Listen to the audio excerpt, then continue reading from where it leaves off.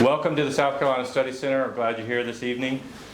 We are an organization of pastors, professors, students, and Christians in Columbia, South Carolina, united around a common goal of loving the truth and the beauty and the goodness of the Christian faith. And we are convinced that one of the unique things about the Christian faith is that it's not a blind assent or a flight of fancy, but as Augustine says, it's a faith that seeks understanding. And so it always has an interest in knowledge and wisdom and understanding. And we believe that any genuine education must include the great tradition of Christian thinking, some of what you're going to hear about this evening, and it's so shaped the world that we live in. So it's true, as James says, that each of us stumbles in various ways, but one of the things we strive for here at the Study Center is to be a place that opens up the riches of the Christian tradition in order to shape teachers and students to think and live and lead with Christian wisdom. And that's our goal, and that's why we do events like this evening. And we are privileged this evening to have Dr. Stephen Evans with us. I'm going to look closely at my notes here to make sure I get this right. Dr. Evans is Emeritus University Professor of Philosophy and Humanities at Baylor University. He is also a Distinguished Senior Fellow at the Institute for Studies of Religion at Baylor.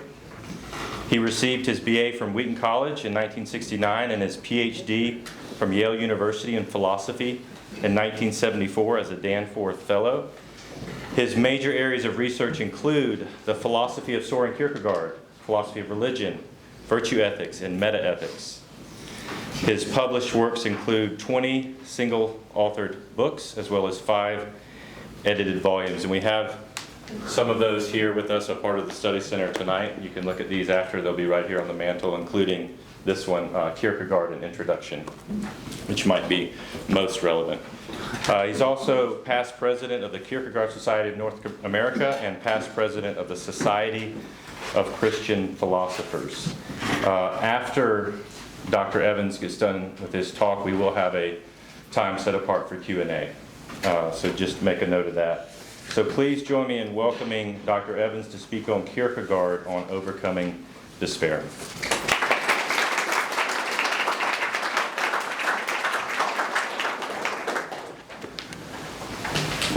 Thank you all for coming tonight. This is really impressive. I wasn't sure how many, if any, would show up, but here we are. So it's exciting for me. My wife and I recently moved to Columbia after retiring from Baylor.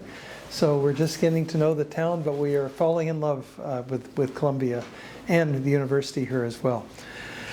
So this is a talk about one of Kierkegaard's books, The Sickness Unto Death. This happens to be the most recent translation of The Sickness Unto Death, the one I recommend. It's by Bruce Kermsey. If you decide you want to read the book after hearing me talk about it, that's the one. There's several other good translations, though, so if you already own one, don't bother buying a new one. But anyway, before I really get going, I want to make one disclaimer.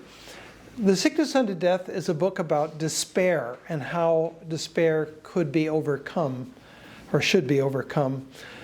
But I want to make sure that nobody confuses what Kierkegaard is talking about when he talks about despair with what we today call depression. They are entirely different concepts. Kierkegaard himself suffered from depression from childhood on. His father suffered from depression. His brother suffered from depression. His brother, who was a Lutheran bishop, actually wound up in an asylum at the end of his life. And Kierkegaard was aware that this was an illness that he had inherited from his father. So he consulted his doctor. Unfortunately, the medicine of the time was rather primitive, and there was nothing that they could do for him. But for much of his life, he kept his depression at bay by walking. That was his therapy.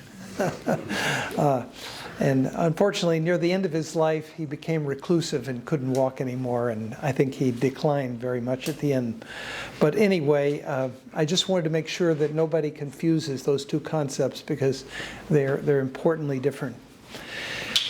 So who is Kierkegaard? Kierkegaard is a Danish thinker who lived from 1813 to 1855. died at age 42. He's often called the father of existentialism. He had a huge influence on 20th century philosophers such as Jean-Paul Sartre, Albert Camus, and Martin Heidegger, but also on theologians such as Karl Barth, Emil Brunner, and Paul Tillich, and on psychologists such as Viktor Frankl, Ludwig Binswanger, and Rollo May. Between 1842 and 1849, a short 7-year period, Kierkegaard wrote more than 20 books, most of which are really important and influential. He was an amazingly prolific writer. He was a genius. He knew he was a genius. He actually chafed a little bit. He said, "I'm a genius living in a market town." He wasn't in Paris or London. He was in Copenhagen, little Copenhagen. So he felt a little unappreciated. But in his journals, he says, "After I'm dead, my books will be translated into many languages and I'll be read all over the world." Even though most of his books, which were published in Danish in editions of 500 copies, they never sold out during his lifetime. But that's how confident he was that he knew what he was talking about. So a very important thinker. The Sickness Unto Death was one of his later books. It was published in 1849. And it's a book that's usually regarded as one of his most difficult books. It's a profound exploration of what it means to be a self. Kierkegaard himself says the book is, quote, algebra. There's an algebraic kind of character to the way it's written. So it is quite difficult. And I told one of my Kierkegaard scholar friends that I was going to talk about this tonight. And he said, "What?" So here goes. I'll do my best to take this rather difficult text and give a fairly clear account of what I think is going on in the book. Now, at first glance, The Sickness Unto Death doesn't seem to be principally about how to become yourself. Rather, the book is an exploration of the psychological malady of despair, which is the malady that Kierkegaard describes poetically as the sickness unto death.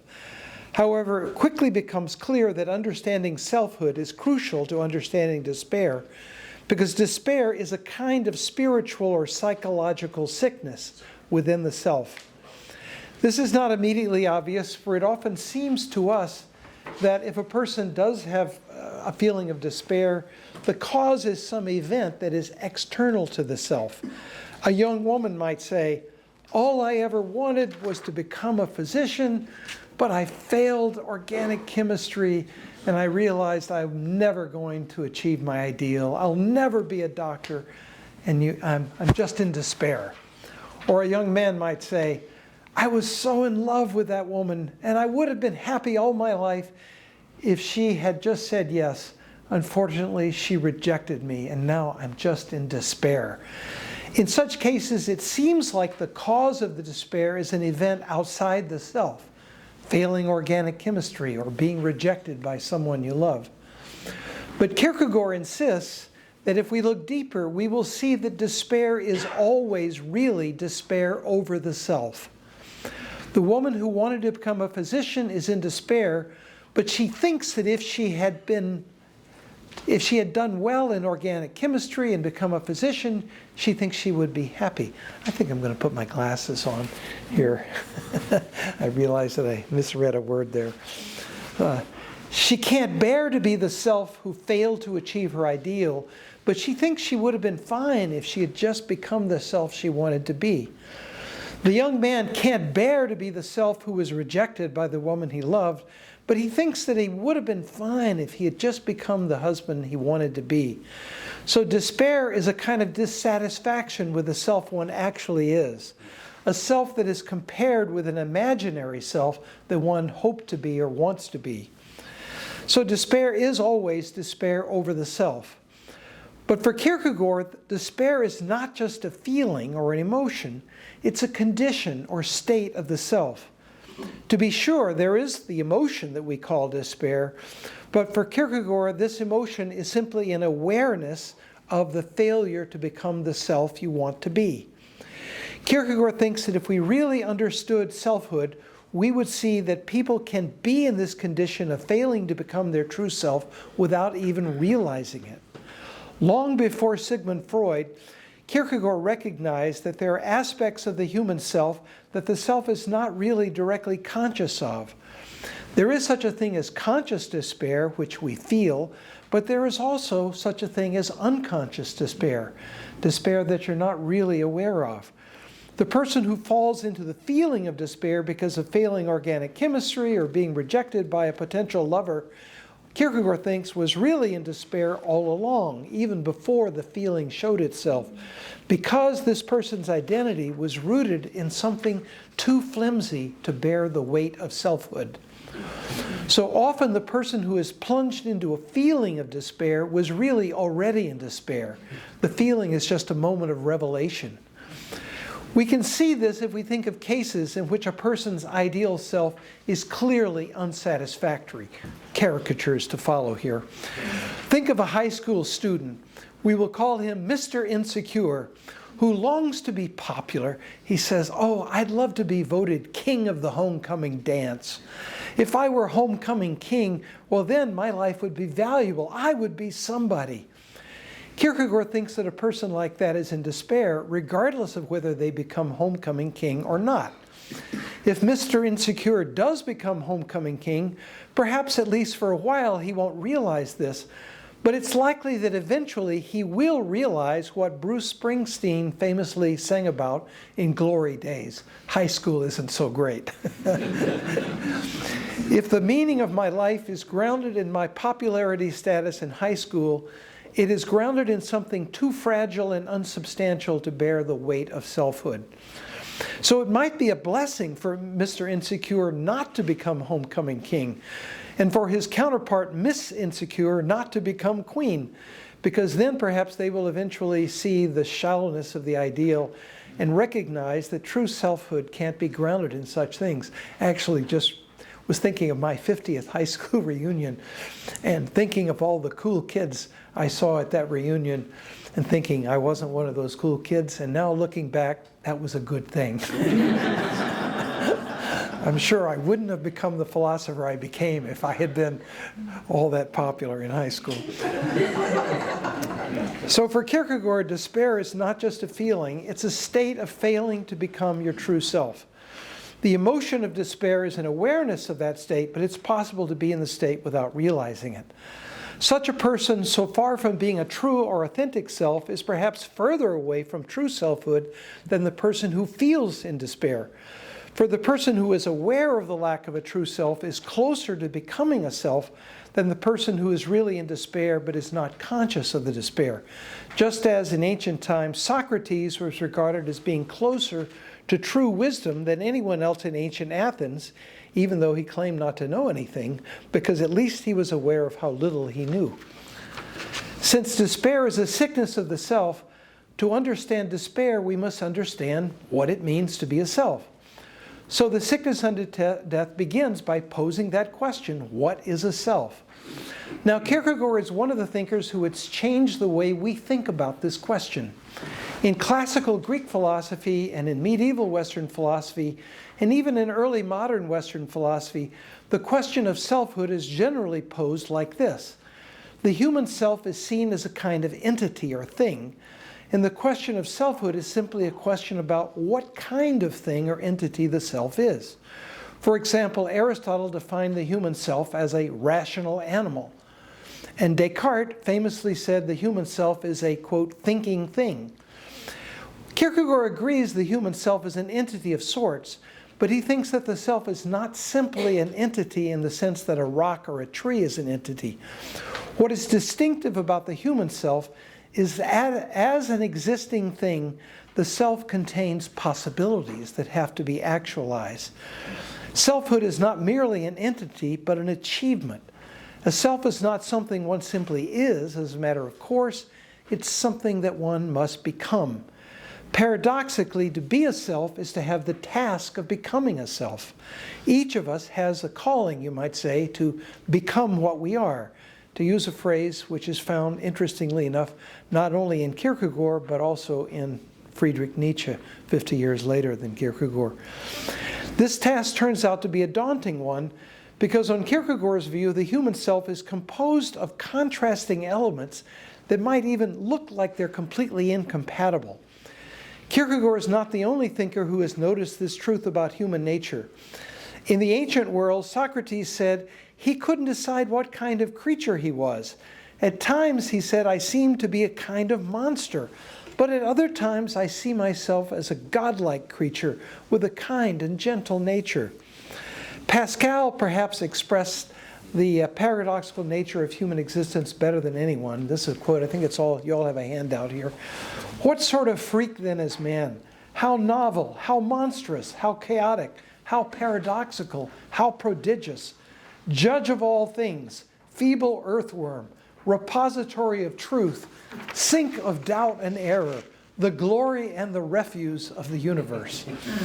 1 minute a person can think the most noble and lofty thoughts. I'm committed to saving humanity. Let's fix climate change. The next minute, that same person can be annoyed by a fly buzzing in his ear or distracted by the growling of an empty stomach, and at that moment could care less about humanity or saving anything else. Kierkegaard describes this paradoxical character of human nature by saying the task of becoming a self is the task of achieving a synthesis. We are a synthesis, he says, of the infinite and the finite, the temporal and the eternal, of freedom and necessity. All three of those pairs, I think, can be thought of as describing different aspects of one fundamental duality. I'll begin with the last of these three pairs, possibility and necessity. Much about our lives is fixed, composed of things we didn't choose and are powerless to change. We're all born at a particular place and time with a unique DNA structure, to particular parents and in a particular culture and time. Despite these necessities, our lives contain possibilities. We have choices to make, and in actualizing one possibility, we always rule out others. We can choose to go to a university or not to go.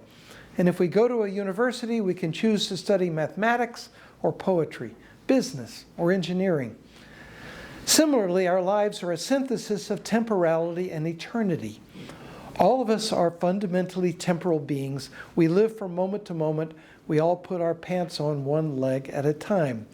Every task we undertake has to be accomplished by pulling it apart into segments that have to be carried out in sequence, one action at a time. Nevertheless, we are also shaped by ideals, and these ideals have a timeless and transcendent character. We recognize and are disturbed by injustice because we are aware of an ideal called justice, even though we know that ideal is never perfectly realized anywhere on earth. Our perceptions of what is just may change, but the justice we try to understand and work towards is not really a temporal thing. It's a kind of timeless ideal. The paradoxical character of human nature helps us see immediately that the task of becoming a human self is going to be strenuous. We can say this another way by remembering C.S. Lewis's description of humans. In his book, The Screwtape Letters, he puts into the mouth of the demon Screwtape in a letter to his nephew Wormwood the following: humans are amphibians, half spirit and half animal. As spirits, they belong to the eternal spiritual world, but as in animals, they inhabit time.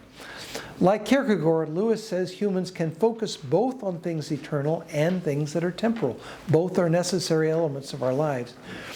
If we think only of the components of selfhood, however, we still haven't grasped the heart of what it means to be a self. For as I've already noted, the self is not just a thing, but an achievement. We play an active role in synthesizing the elements that make up the self. How's that possible? It's possible because we're self-conscious beings, capable of stepping back from ourselves and observing the selves we are in the light of the selves we want to be. The American philosopher William James said, there's always two selves. There's the I self and the me self.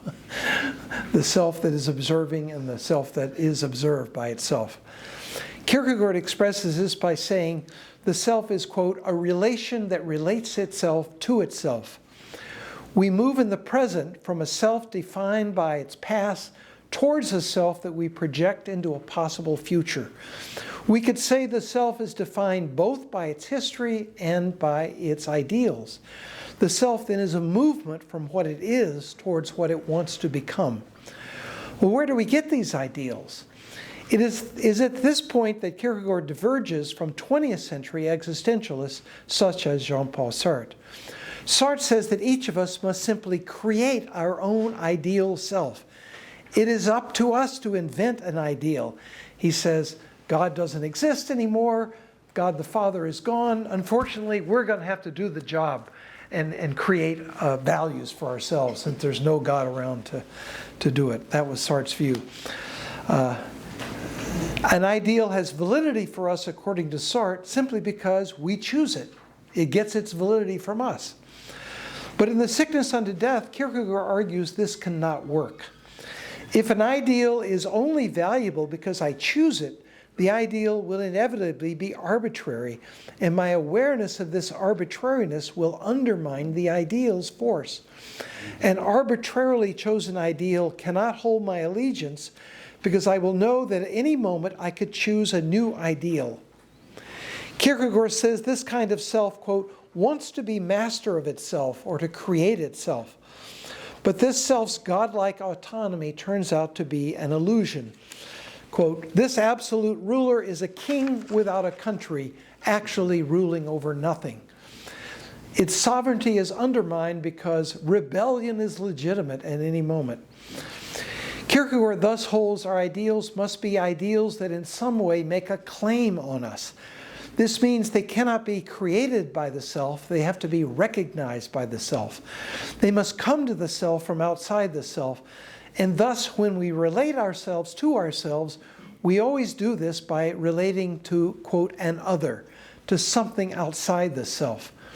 Initially, this other is normally our parents or caregivers. As Freud recognized, our initial ideals, which Freud says is located in what he called the superego, are acquired from our parents. As we mature and distance ourselves from our parents, we may reject some of those ideals in favor of ideals we gain from our peers or from society. But not just any ideals will do. Some of the ideals that are offered to us turn out to be shallow and unstable, and we sometimes discover that pretty easily. It's not hard to see that ideals that constantly change are of no use in helping us to become authentic selves. We need ideals that are both deep and stable. To be seen as compelling, the claims on us must be seen as things that are in some sense stable, though our understanding of the ideals could certainly change and improve over time. So we must ground ourselves in some other, what Kierkegaard calls a power or source of meaning. A true self then relates itself to itself by relating to the power that is the foundation of the self or the basis of the self. Now, Kierkegaard was a Christian thinker, and for him the only adequate source of identity that ultimately measures up is God. I'll describe his reasons for this a little later. But first, just let me explore the meaning of this idea that there is an ideal that we have to root ourselves in without talking about what that ideal is. Kierkegaard makes two claims that might seem incompatible. He's talking about God here as the source of the ideal. On the one hand, Kierkegaard thinks, very traditionally, that every human being is made in God's image and has a kind of deep value or dignity because of that. Kierkegaard describes this quality as the, quote, inner glory, because it's not something you can see on someone's face, or it's not based on their appearance or anything like that. So every human being has this inner glory. It's something universal. But Kierkegaard also holds that every human being is created by God as a unique individual. This doesn't mean that there's no such thing as human nature. There are universal qualities we all possess. He's well aware of that. But he thinks those universal qualities don't exhaust the self. Each of us also has what philosophers call a unique individual essence. There's such a thing as, you might say, Evanshood or Socrateity or something like that. There's a unique quality that defines each of us. How is it possible that every human being is created in God's image and yet every human being is unique? It seems like that might be hard to square. The answer lies in God's infinite richness. Though we are all made in God's image, and some of our universal human qualities no doubt reflect God's nature, it is also the case, he thinks, that every person can image God in their own unique way, a way that reflects the individual, unique person they were created to be. Kierkegaard believes we were not only made by God, but made to enjoy a relationship with God. We can only become the unique self we were meant to be truly when we have such a relationship. When we relate ourselves to ourselves by relating to another, God is the other who is ultimately satisfying. However, though God created each of us and He intended each of us to have a relationship to Him, God wants that relationship to be free and uncoerced. Amazingly, the God who needs nothing wants to be our friend. And genuine friendship cannot be coerced. Although God is the creator and sustainer of everything besides Himself, God gives His human creations a kind of relative autonomy and freedom. In a striking phrase in Sickness Unto Death, Kierkegaard says, God who constituted the human person a relation releases it from His hand, as it were.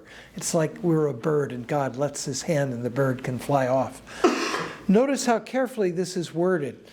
Metaphysically, God does not and cannot release humans from a relation to Him, because without God's sustaining power, humans would collapse into the nothingness that they came from.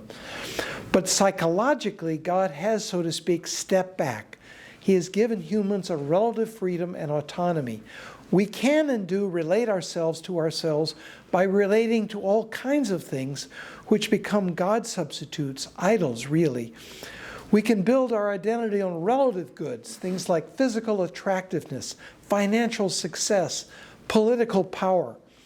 Or our sense of worth might be grounded in even more dubious abstractions, such as race. The racist gets his sense of worth from a racial identity that he sees as making himself better than those of other races. As you can see from these examples, people whose sense of self-worth is grounded in such things almost always base their identity on some kind of comparison with other people. The person thinks like this: I'm somebody because I'm better looking than other people, or I'm richer than those others, or I'm a more successful athlete than others. I see myself as worthwhile because I have more of some desirable quality. Or in the case of the racist, I think I have some quality that's good, even if it's not. Well, what's wrong with grounding my sense of worth and value in comparison? I think there are several problems. First, people whose sense of worth is grounded in comparison with other humans see human life as a zero-sum game. I only have worth insofar as someone else lacks worth or has less of it than I do. So my own value is always gained at the expense of depreciating someone else. Second, the relativity of the comparisons means the worth I gain is always fragile. I'm always vulnerable. I may see myself as superior to one group, but there's always going to be another possible group that will put me to shame. I might make fun of someone from a small town in South Carolina whom I think of as a hick. Maybe I'm from the great metropolis of Columbia. But someone from Atlanta might laugh at my sense of superiority, while someone from New York might similarly laugh at someone from Atlanta. I might have been the best basketball player in my high school. Trust me, I wasn't. But what if I wind up at a Division I school and find myself up against a superstar? I might be the richest person in my town, but what if I compare myself to Elon Musk?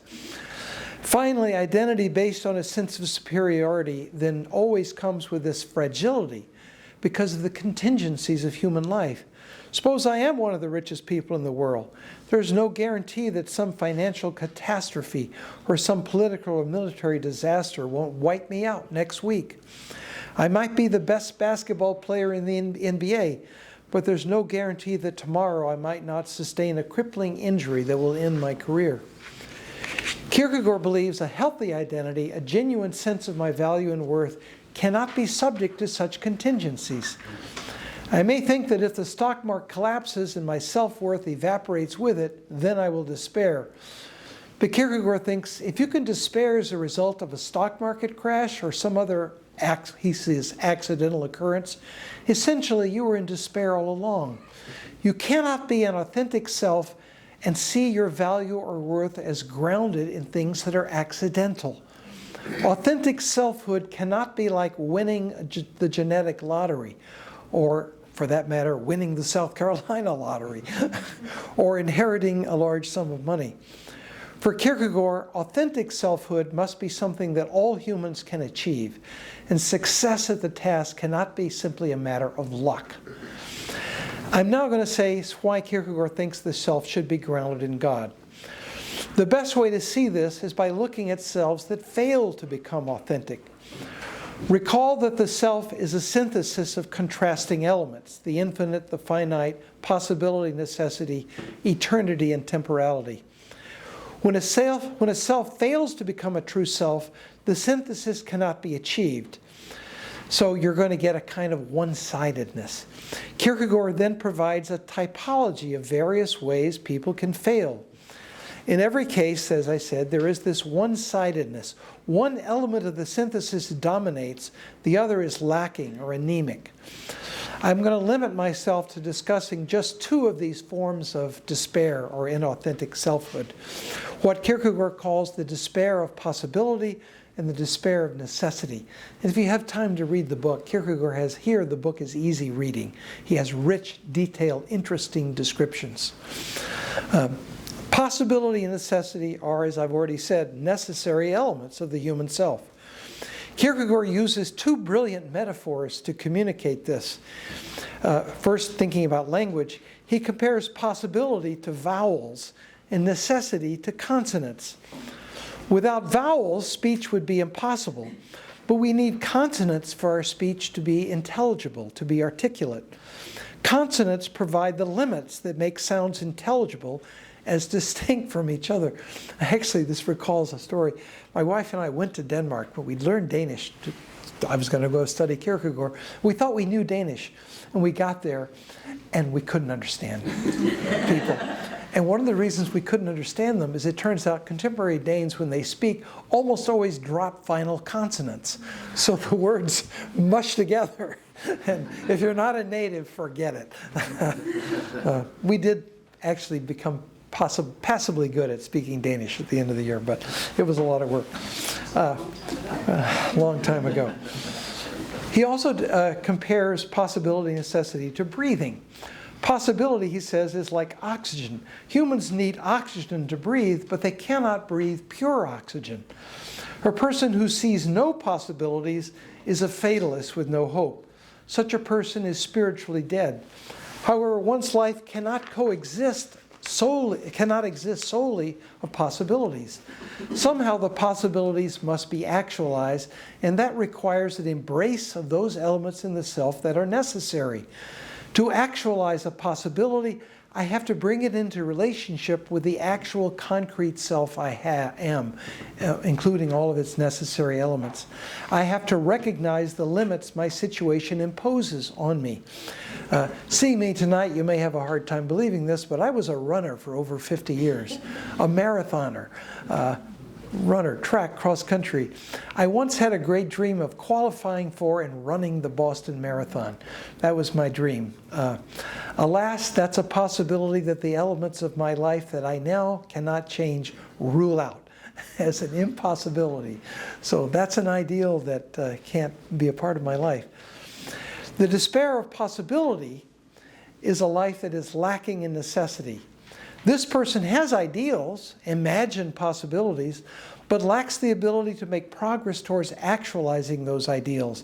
Imagine someone who has a great dream. Perhaps the person wants to become a musician, but the person never makes the effort to learn musical scales or practice. To make the grand vision a reality, some small step towards it must be embodied in action. The person in the despair of possibility gains satisfaction by imagining a wonderful but non-existent future that will never become actual. What has happened is that, quote, possibility has outrun necessity, so the self runs away from itself in possibility. This kind of self lives a life of imagination, in which possibility seems greater and greater, but since no possibilities become actual, eventually, quote, everything becomes a possibility. But this is exactly the point where the abyss swallows up the self. A life without imagination is indeed a poor thing, but one cannot live one's life purely in the realm of imagination. The opposite form of despair is the despair of necessity. There are several versions of the despair of necessity. One version is the despair of the fatalist, who has lost his self because everything has become necessity. Kierkegaard describes the fatalist as a person who, spiritually speaking, cannot breathe. However, the despair of necessity is not only found in the fatalist, but also in the person that Kierkegaard describes very vividly in a term that's a Danish term that's very hard to translate. But I'll just say, as he describes it, as a middle-class conformist. Sometimes translated as the Philistine or bourgeois conformist. Here he has in mind a person whose life is completely controlled by worrying about what the others are going to say and think. Such a person, Kierkegaard says, is like a child at a fancy dinner party. The child doesn't know what forks or spoons to use. My wife and I have been at high table at Oxford, and we've been in this situation of not being sure which forks and spoons to use. But before the child eats, the child must look around and see how the others are eating.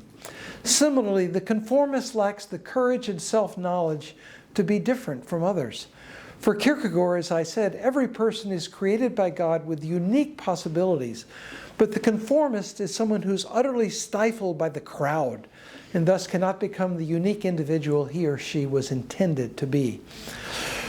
For Kierkegaard, a relation to God provides the perfect antidote to both of these forms of despair, the despair of possibility and the despair of necessity. On the one hand, if I see myself as a creature made by God, rooted in God, I'll realize I am not God. I will be able to accept my limitations. God is God and I am not. I will accept the necessary elements of my life as things that I cannot change and maybe as things that I should view as a gift. On the other hand, if my life is grounded in God, I am never cut off from possibility. Because Kierkegaard says you can define God this way. God is precisely, quote, the one for whom all things are possible. Whatever happens to me, whatever my situation in life, my life is not hopeless and my life is not meaningless.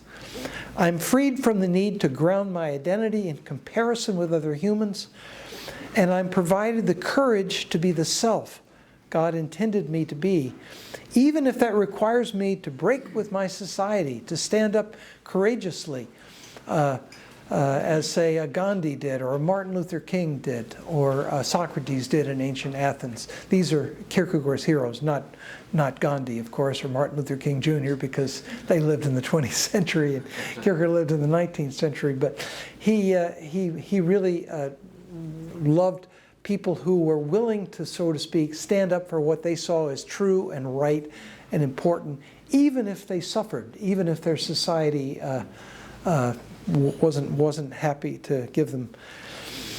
So, to recall the meaning of the Easter, at least most of us, I hope, celebrated a few days ago, even death doesn't bring possibility to a close if God is in the picture. Kierkegaard gives the following as the formula for an authentic self that has rooted out despair. Quote, in relating itself to itself and in willing to be itself, the self rests transparently in the power that established it. It is only when God is recognized as this power he thinks that this is possible. Note the two elements. The self can be at rest and the self can be transparent. Rest does not mean inactivity. It means that the self is freed from the frantic need to become somebody by creating my identity. Transparency means that the identity that I am seeking to have can be honest and authentic. There is no need for self-deception or deception of others or deception of myself, because for Kierkegaard, the God who grounds the self is the Christian God, a God of grace, a God of love. Such a God is a God who accepts me as I am, freeing me to move towards becoming the self I want to become. Thanks.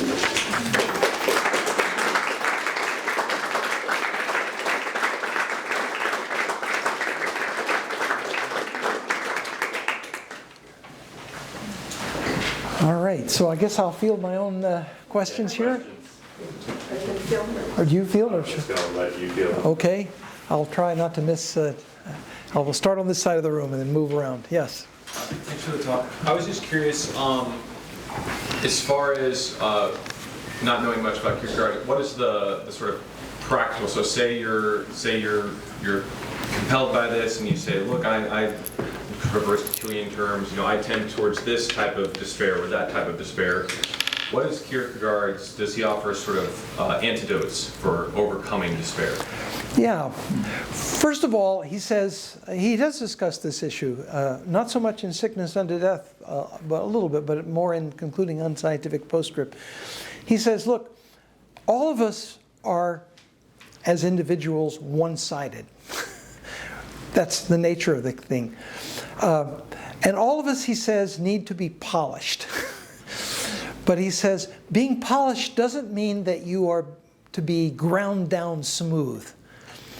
Some of your uniqueness and distinctness you should seek to come to know and relish, and sort of ask, what does this mean? This is something about me.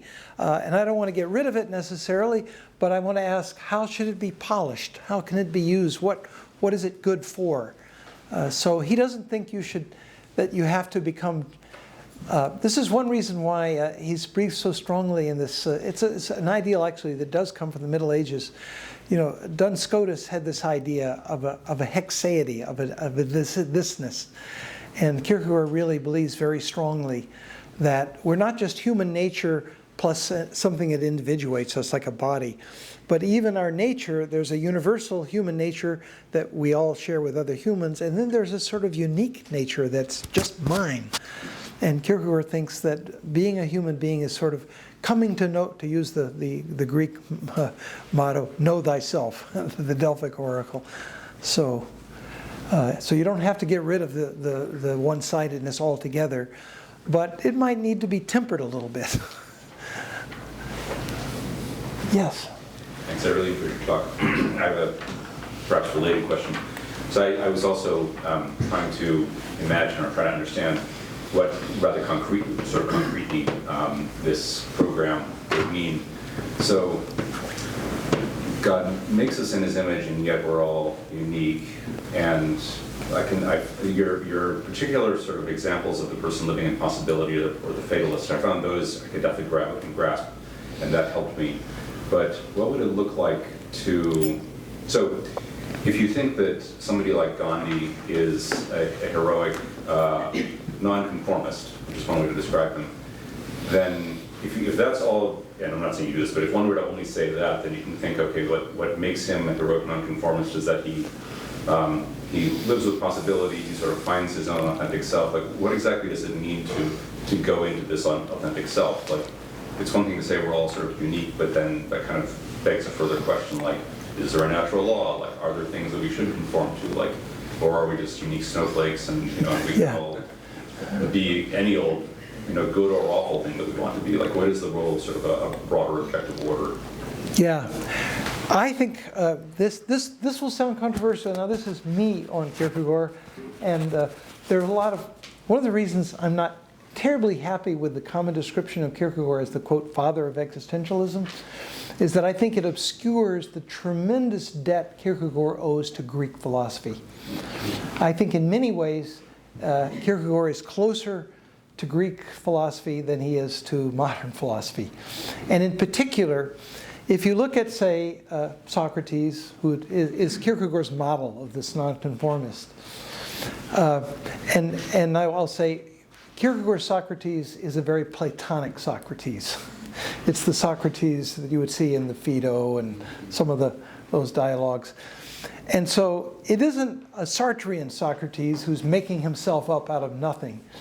It's a Socrates who's on a quest for the good, for some transcendent ideal that he's not sure. Maybe he doesn't even know how to put it into words. And it's a continual striving that we never actually get there, but we never give up either.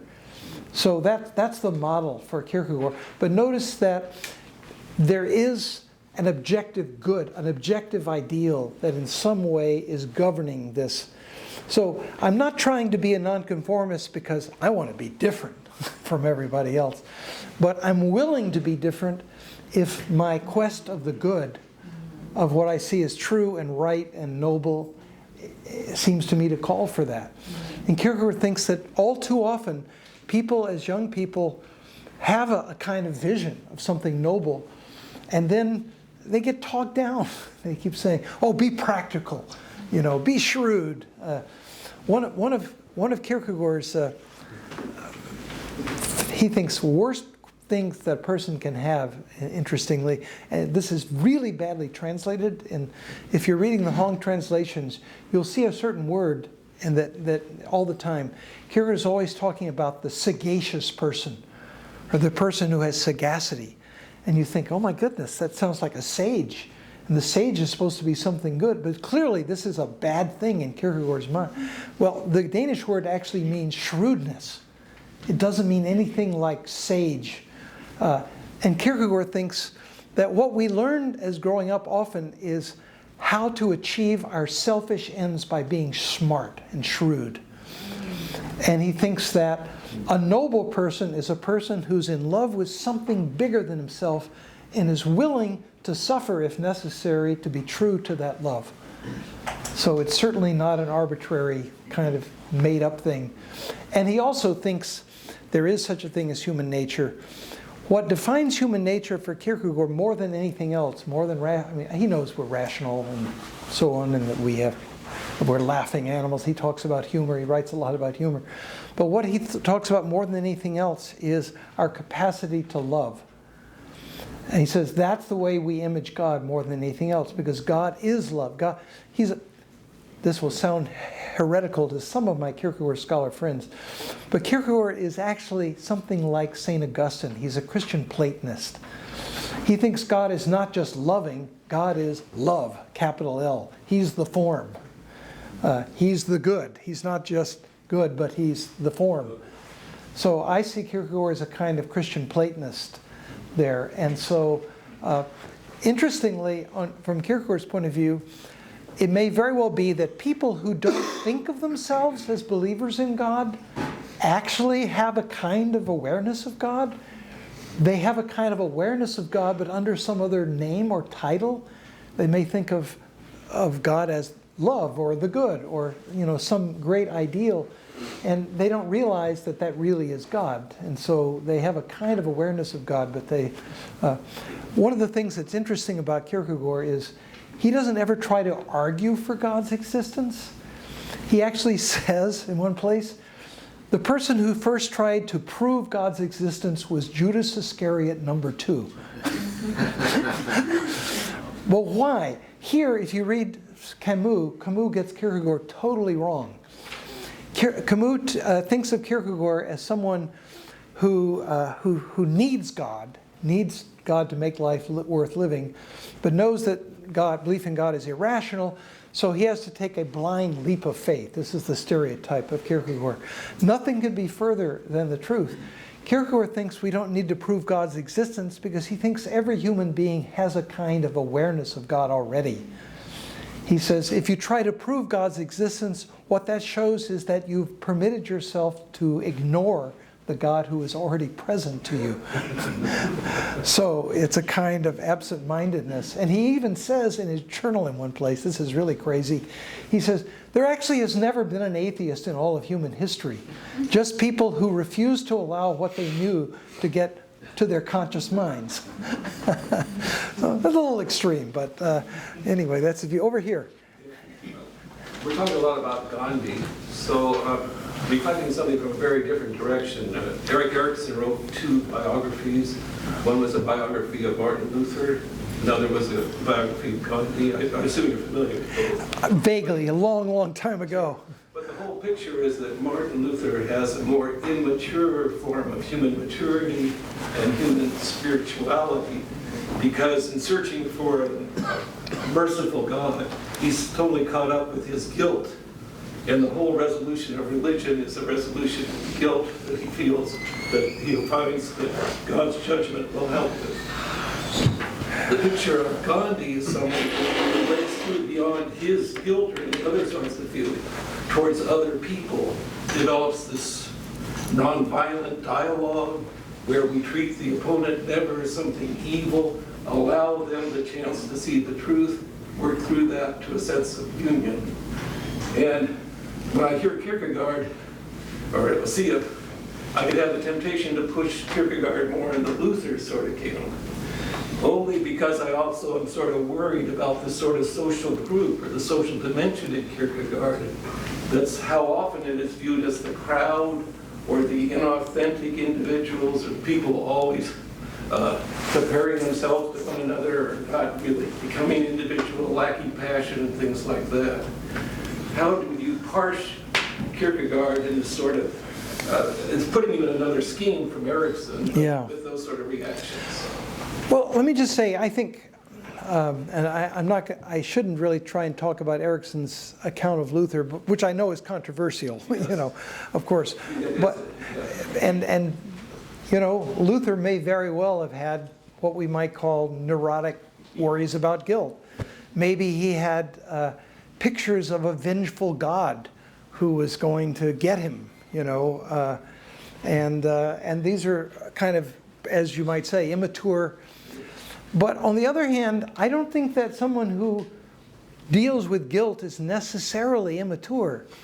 In fact, people who say, I never feel guilty, I'm just as good as the next person, those people strike me as very superficial. And I think the people that I would regard as saints, I mean, I'll give you, say, two of the contemporary people that I regard as saints, and saints are always flawed, so I'm not saying these are perfect or ideal people.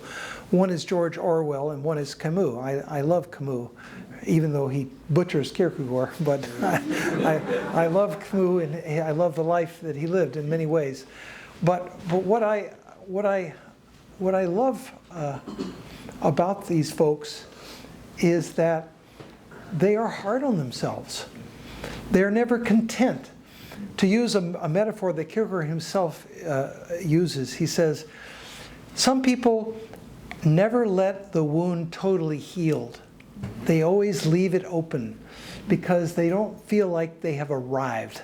There's always more. I can always grow. I can always become something more.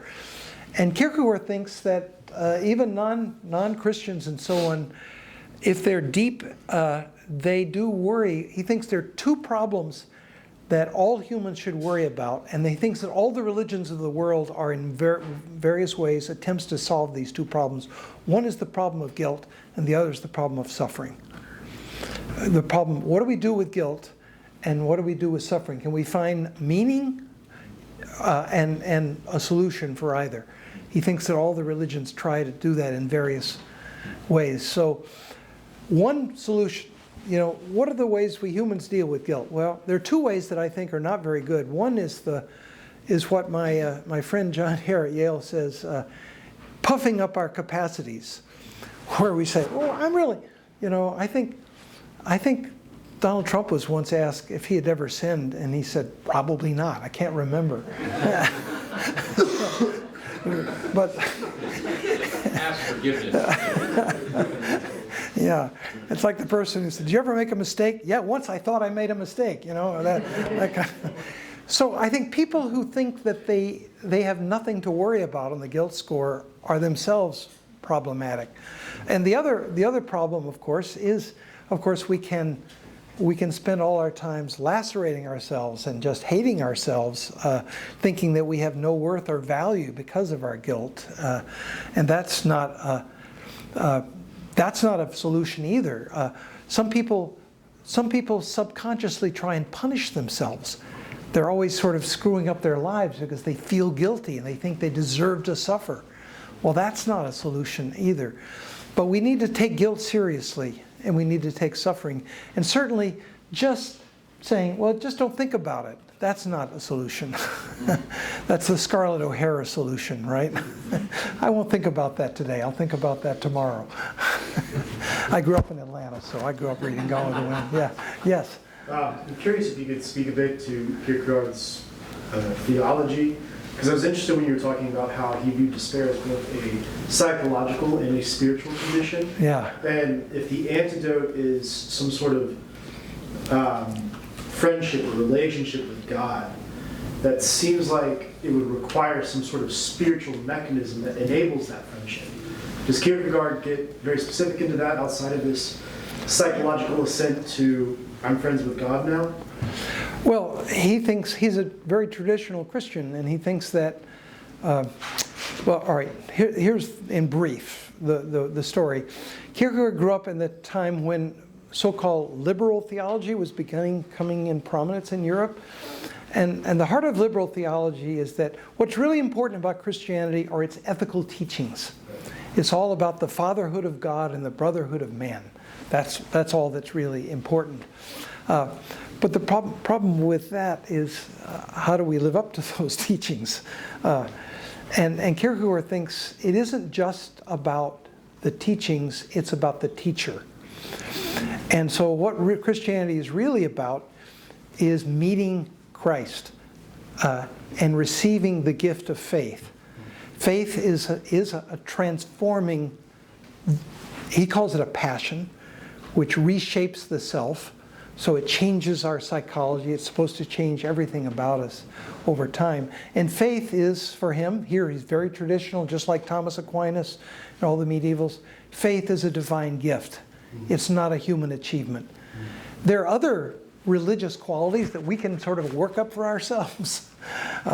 There are religious, you know, there's a sort of compassionateness that we can conjure up and work up, and those are good. But he thinks faith is something that only God can create in a person. Great. Yeah. I'd be interested to know what you kind of project if Kierkegaard were alive today, and what would be his perspective on how our mediated society impacts notions of self. You know, that we've gone from there was a mediated world when he wrote books to influence people's opinions, so he certainly believed in media. But Yeah. Fast forward that to an era of all of us are now our own little individual mediated media content producers who produce content to try to shape a self-image. What would he have gone into another? We've come up with another category of despair over that. Well, there are general categories, but there are many particular instances. But you're quite right. Kierkegaard actually has quite a lot to say about modernity in general. He's a kind of sociologist as well as philosopher, theologian. I once thought about writing a book, Kierkegaard, A Man for All Disciplines, but I never wrote it. But anyway, one of the things he does write about is the only media he really knew about was the press, which was just starting, the mass newspapers. And he was well aware of the dangers of the press. He had a very nasty run-in with a satirical magazine in Denmark called The Corsair, which put him on the cover, front and center, week after week after week, cartoons making fun of his appearance, his clothes. It got so bad, Kierkegaard's tailor came to him and said, "Would you please use another tailor? People found out I'm your tailor and they won't use me anymore." So Kierkegaard was a little embittered by this. He says in his journals at one point, he says, "If I had a daughter and she wanted to marry a murderer, I would not despair because such crimes can be repented of. But if she wanted to marry a journalist, I would give up all hope." So he had a rather jaundiced view. But what he saw, what was problematic, were things that are definitely present in the internet today. One is anonymity. The journal that attacked him, all the people were writing it were doing so anonymously, without taking any responsibility. The second thing is, he saw people just reading what was said and mimicking it, saying the same thing, saying, well, that must be true because that's what everybody else is saying. The crowd, sort of the bandwagon.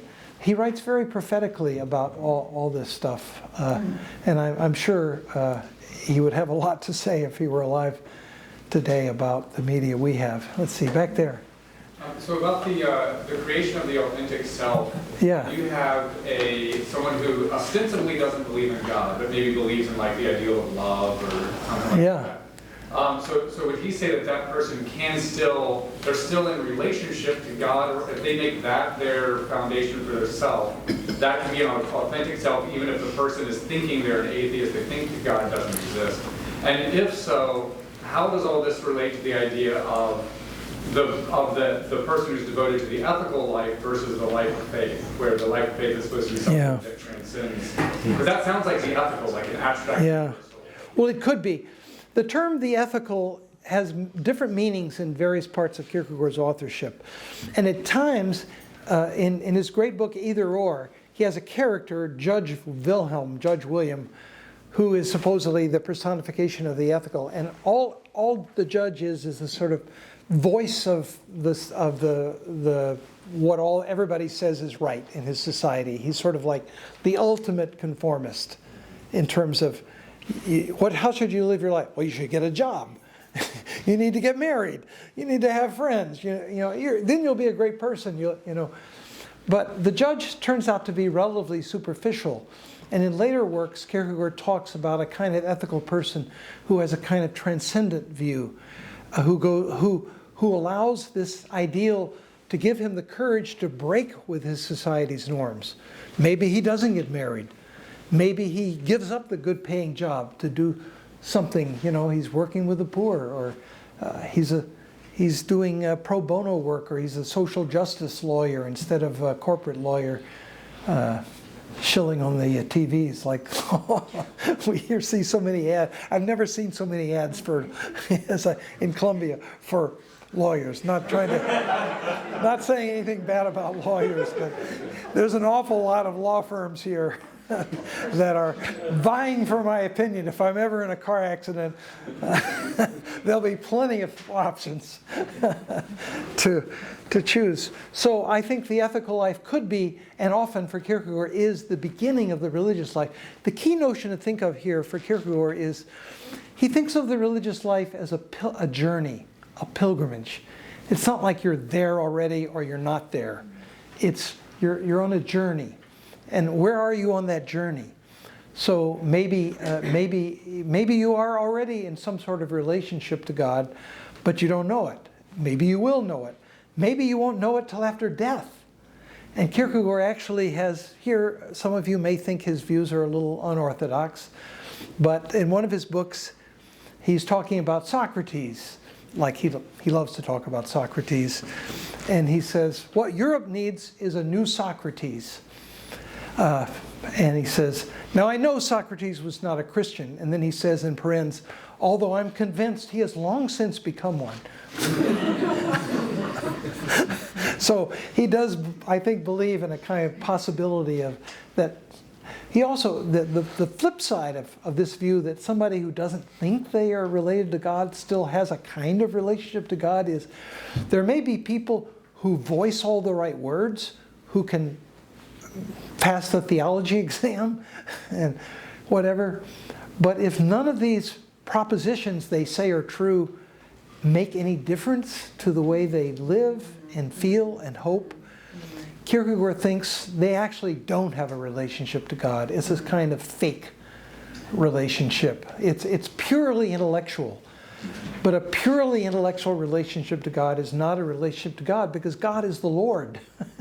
And so you aren't really related to Him unless in some way you recognize Him as the Lord. And in some way you're captured by that. So let's see, over here. This might be kind of a sillier question or not, but I just want to get your either interpretation or reference to something. Do you know about the Switchfoot song based on Søren Kierkegaard? The what? Switchfoot, it's just a Christian band. It started. No, I'm sorry, I'm ignorant. I know so little about popular culture. Well, I want the chorus. I just, usually I can offer some little interpretation of what the songs are about, but I'm not exactly sure what's going on here. Supposedly it's based on Søren Kierkegaard. I just want to know if maybe you could point me to where he's getting whatever he says here from. Sooner or later, I'm sorry. Sooner or later, they'll find out there's a hole in the wall. Sooner or later, you'll find out that you'll dream to be that small. Very simple, but kind of cryptic. Supposedly based in Kierkegaard. I just wondered if you might know where he's I don't know where it comes from, sorry. All right. I do know Kierkegaard does talk a lot about what, again, a difficult term to translate from Danish, sometimes translated into English as the vice of servility. It's sometimes translated as small-mindedness. And this is one of the ways we fail to be an authentic self, is that we dream too small. Our dreams are too low. He actually says that one of the reasons people don't become Christians is that Christianity imagines something so grand and glorious that some people can't get it into their heads. He says it's like this.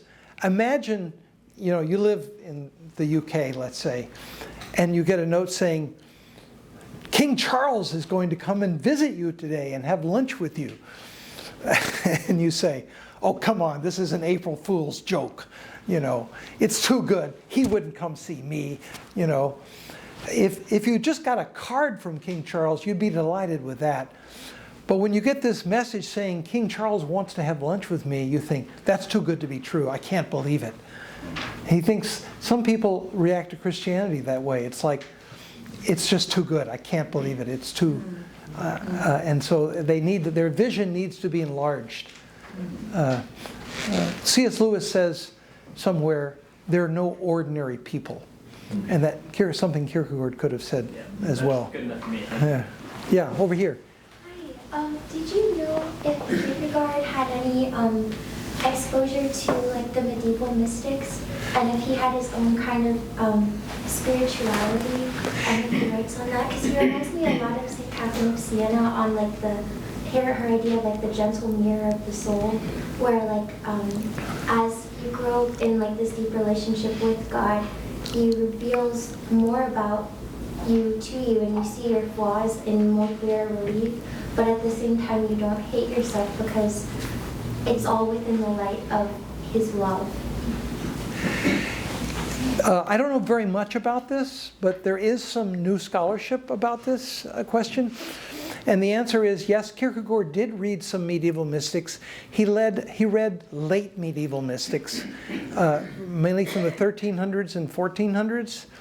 And they did have some influence. And there's quite a bit of literature on this, mostly written by Catholics.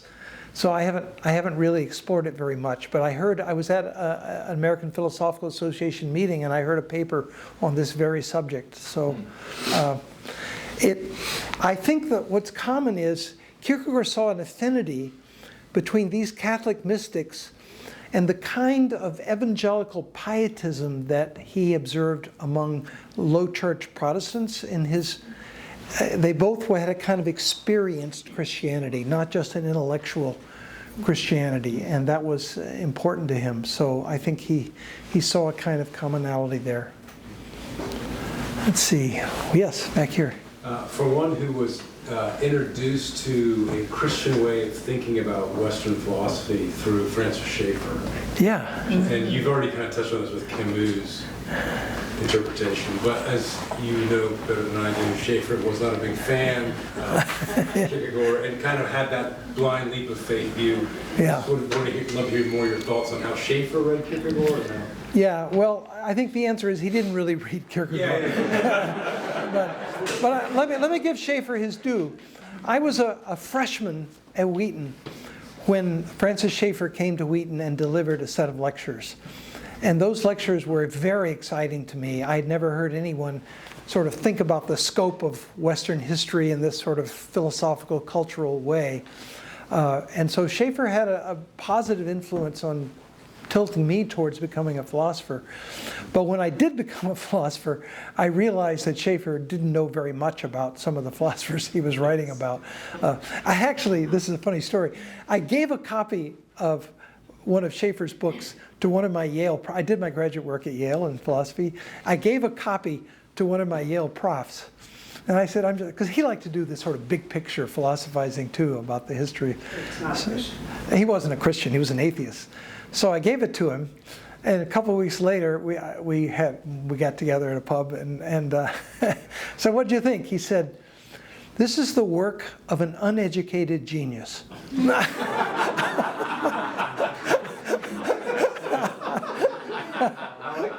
He was very smart and lots of insights, but he was wrong in almost all the details. So actually, I talked to Schaeffer about this a few times later when he came back to Wheaton when I was on the faculty there. And he admitted to me that Kierkegaard has a lot of edifying devotional writings written on his, and Schaeffer says, those are great, they're wonderful.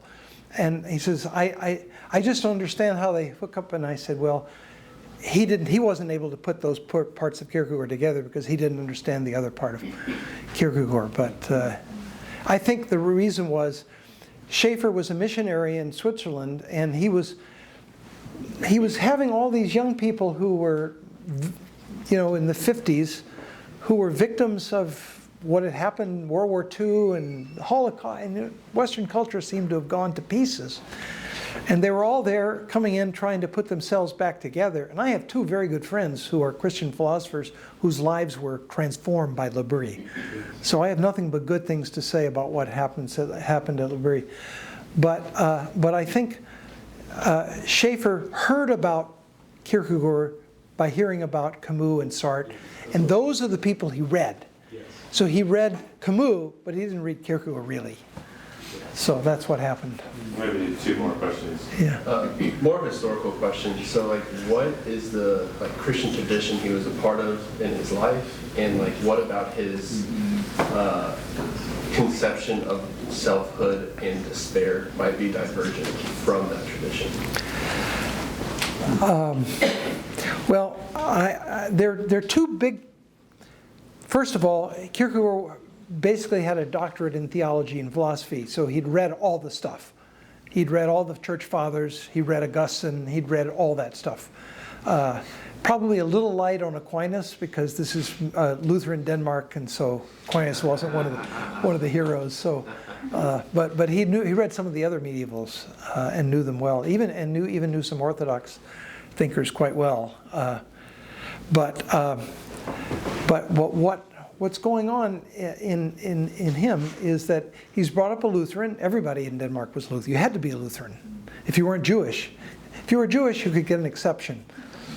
If you were a Baptist, literally this is true, if you were a Baptist and you had a child, the police came to your house and took your child to the Lutheran church to be baptized as an infant. So you had to be. So Kierkegaard was a Lutheran. He was baptized and confirmed as a Lutheran. He did theological studies. He was even qualified to be a Lutheran pastor. He did the seminary training. He never actually became a pastor. But his father also belonged to a group called the Moravians. The Moravians were sort of like the evangelicals of Europe at that time. And they were missionary-minded. And so Kierkegaard, in the evening, on Sunday evenings, his father and he went to the Moravian meeting, and in the morning they went to the Lutheran church. So experientially, he had this sort of Moravian pietism that shaped his life quite a bit. And Moravians had a big influence on the English-speaking world because the Wesleys, who were missionaries to Georgia, encountered Moravians there and discovered they didn't really know what Christianity was about until they encountered the Moravians. And they came back to England and created Methodism as it was at that time. So Kierkegaard was shaped by that, but he read so much that he knows, about all kinds of theological views, including some contemporary views that he detests. He really disliked Schleiermacher, who's regarded as a great theologian by lots of people, but Kierkegaard didn't care for Schleiermacher at all, and he also didn't care at all for Hegel, neither for Hegel as a philosopher nor for Hegel as a theologian. Hegel tried to claim that his system of philosophy captured the absolute truth, including the truth of theology, and then he tried to sort of tip his hat to Christianity and says, you know, what theologians say using their picture language is what I say more clearly in my philosophy. So the truth of Christianity is the truth that I'm defending. And Kierkegaard says, with friends like that, we don't need enemies. His book, Philosophical Fragments, has a motto that's a dig at Hegel. The motto is taken from Shakespeare, translated into German, and then translated into Danish. And sort of like a game of God, but the motto is, better well hanged than poorly married. Shakespeare had said, better a good hanging than a bad marriage. And Kierkegaard has in mind Hegel and what he's thinking of, better to let Christianity die, to be crucified with Christ, rather than marry it off to speculative philosophy in the form of Hegel. So, if your way of saving Christianity is to go with Hegel, Kierkegaard says, let it die. Let's see, one more. Yeah, Patrice. I have a comment, maybe more than a question, but I would really love your thoughts about it, vis-a-vis Kierkegaard as well. You made a prefatory note that despair is distinct from depression, and depression would be considered a medical disease, and despair more this existential issue. And I appreciate that, and I think we know that certainly depression can have genetic as well as environmental origins. However, as a mental health professional, which I am, I would say, at least anecdotally, that a lot of what I see that might be labeled as depression is actually despair. Mm-hmm. It's this dissatisfaction with who I am, the choices I've made, the choices I've missed, the guilt. It's also coming to the end of oneself at times and sort of saying, is this all there is? Mm-hmm. And I think that often gets labeled as depression or even anxiety, because then anxiety is also this, uh-oh, how do I continue to live with maybe the despair that I feel? I just wonder what your thoughts are about this, because this rings much more true to me. Mm-hmm. And then the last piece that I want to just add is America is this land of possibilities. We talked about possibilities, and yet we have astronomical rates of mental health issues. Yeah. And those are worsening. They're not getting better. Yeah. And so I wonder what your thoughts are. Well, one way mental health issues can flourish is people who sort of go off. I mean, I know people who have chronic psychotic delusions. They live their lives in possibilities that have no connection to reality. And the very definition of schizophrenia is a break with reality, right? I mean, it involves. But that's a really good comment, and I couldn't agree more. And actually, one of the doctoral dissertations I directed at Baylor was a man named McAllister, who wrote about the history of the concept of depression, going all the way back to the early church desert fathers in the Middle Ages, all the different terms, and from melancholia to the Danish word tungsindighed, which literally means heavy-mindedness. And I think we're in a situation where we have to walk a very fine line, because there probably are certainly physically based mental problems, and we can't sort of blame people for those kinds of things. But I think what you say is also true. We're in danger of medicalizing and, you might say, materializing life problems, because we just think of human beings as if we were just, physical machines made of protein or something, computers with, brains for processors or whatever. And we're going to be replaced by AI pretty soon anyway, but I don't know what to say about that except that it's a very difficult problem. But I agree that sometimes, and of course you could have both. You could have someone, and Kierkegaard I think felt that he had dealt with both of those issues, that he dealt with both existential despair and also he was aware that he had inherited something from his father.